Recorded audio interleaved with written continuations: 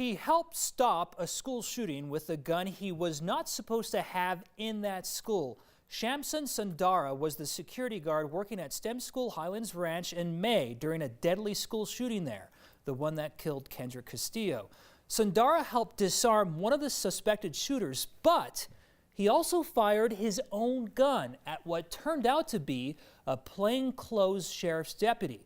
He missed her with his shots, but they went through a classroom wall, injuring 2 students. Now, there's a law preventing the concealed carry of weapons at school, but he will not be charged. Our Marshall Zellinger looks into why and what it means for anyone else. The bill is postponed indefinitely. Democratic lawmakers just voted down a bill to allow someone to carry a concealed handgun at school, the 6th straight year this bill has died. But does it matter? Current law states a concealed carry permit does not authorize a person to carry a concealed handgun onto a public school. There are certain exceptions, but what happened at STEM Highlands Ranch in May is not one of them.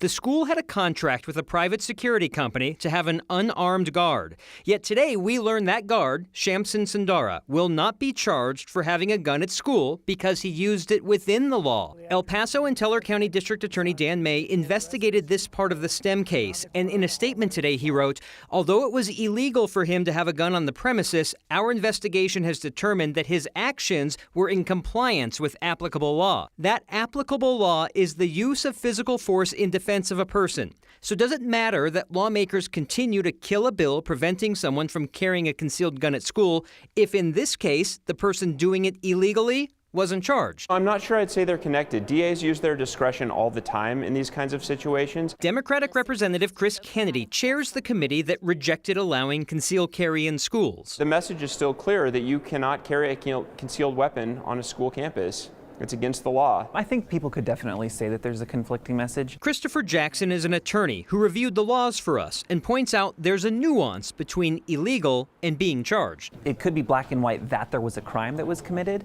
but it's a separate question about whether a district attorney would actually charge somebody with that crime. Just because one district attorney chooses not to file charges for something illegal does not mean another one will do the same. But a DA's discretion isn't really precedent. It would be different if a judge were to rule a certain way on a case, and then that could be cited as a defense in future cases, Jeremy. Interesting, Marshall. And I can see how people can use this circumstance to use it as an argument for both and against guns in school. Thank you very much.